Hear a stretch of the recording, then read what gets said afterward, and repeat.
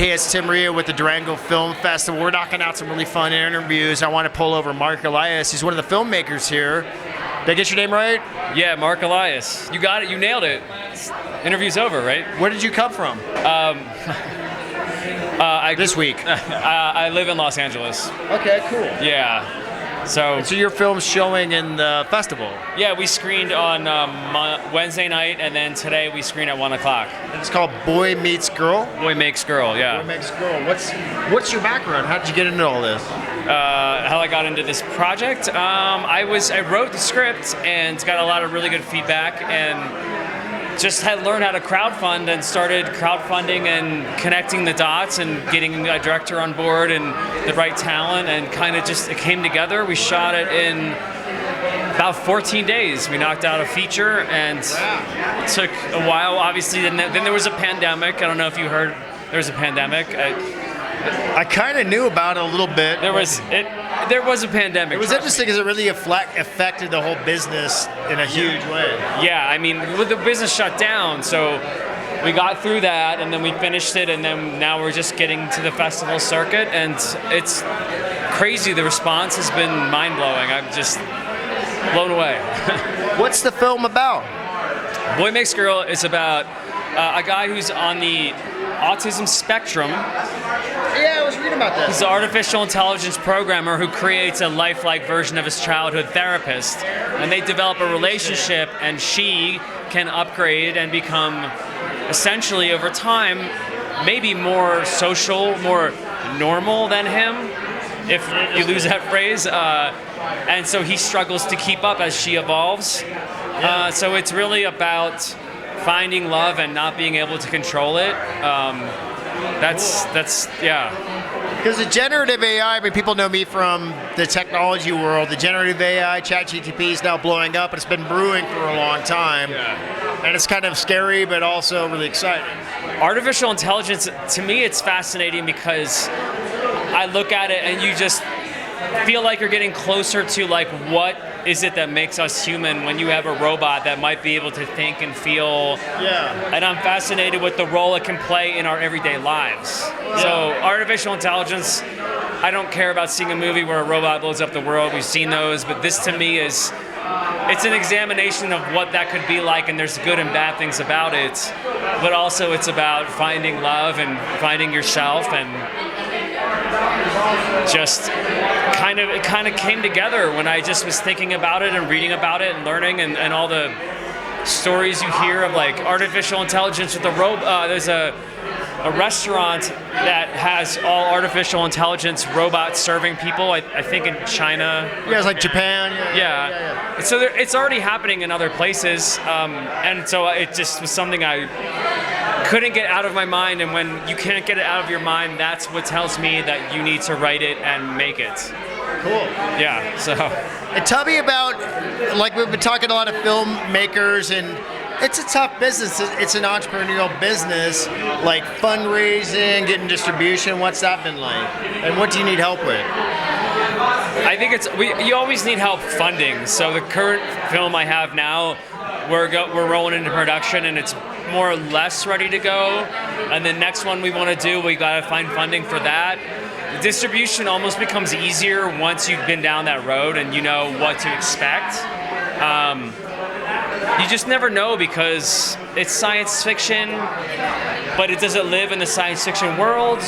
You know, so there's different avenues that this particular film can go when it comes to distribution.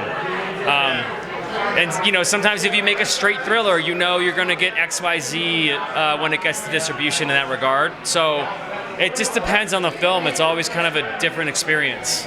Cool. Yeah. How do you like Durango and the film festival? Man, this is like one of the most fun film festival experiences I've ever had. It's a great town. The locals are great. The festival is amazing. I'm kind of blown away. Really, that's cool. Is it your first time out here, Southwest? It's my first time in Durango. I've been to other parts of Colorado before and New Mexico, but never been to Durango. I had no idea what to expect. So as a filmmaker, what's the next 5 years look like? We have AI coming in, generative art, and all this stuff. What's your kind of like forecast? That's tough. I mean, in essence, I mean, in theory, it's going to be easier in some regards, right? CGI is going to become more.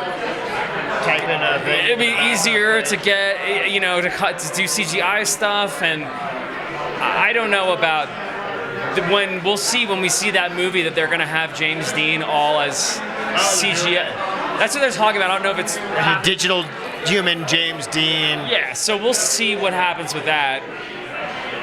But I think you just keep on keeping on until something jarring changes, you know. So I'm in a wait and see approach. I got to see it to really know what. You don't want it all to be synthetic. No, you always want the human experience. So I don't know that you can create all of that on a computer, but. What's your style like? What's your look? As far as like production look, it depends on the project. I'm evolving very quickly into sort of a witty, fast-paced storyteller. So I love unique, interesting relationships. So anything like if you've seen Hunt for the Wilder People or Jojo Rabbit, like I find those relationships really interesting. But I love like witty, fast-paced, tongue-in-cheek things like Deadpool. Yeah. So I think my voice is evolving into sort of a marriage of those things, like fast-paced, comedic, action, kind of just one thing after another. That's kind of where I think I'm heading towards. But I take a pit stop in the indie drama world for the next one and see how that feels. But I'm just kind of evolving with each one, you know. What's next for you after the Durango Film Festival? We're probably doing more festivals with this one, and I'm in the middle of shooting a movie called We Could Be Heroes. We're gonna finish shooting that in the next couple months. And that's witty, fast-paced, comedic. And then I have one that I've written that I need. The script is in a great place. I need to find funding for that, so I'm gonna go back to the. How do people connect up with you if they have some extra ducats to? LinkedIn, Mark Elias, or I think Instagram is just at Mark Elias, or Facebook. I don't really tweet that much because I'm not trying to get in trouble for dumb things that I say. But I think LinkedIn would be probably the most. LinkedIn's where it's at. Yeah, cool. You know, it's a normal person. Sometimes you get crazy people on Instagram. I don't know. That's cool. Contact me anyway. My contact info is like on IMDb still, I think, so people could get me there too. Right on. Yeah. So I'd love to have new people come on for investors for this next movie, and it's a good social topic. So it's going to be something that hopefully will resonate with people in the same way that this one that we have here does. Awesome. Yeah. All right, cool. Well, thanks for coming down and welcome to Durango. Thank you so much. I'm so excited.